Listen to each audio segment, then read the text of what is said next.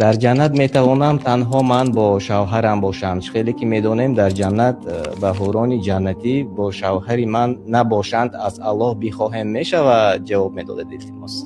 نه، در جنت از الله تعالی چیزای غیر امکان نپرسیدم. مثلا ای الله من پیغمبر گردان، نمیشد. لا نبی بعده، بعدی جناب رسول الله صلی الله علیه و سلم پیغمبر نیست. درست است که ما میگوییم که بله هر چیزی که میخواهید از الله تعالی پرسید، لیکن اون چیزی ممکن باشه.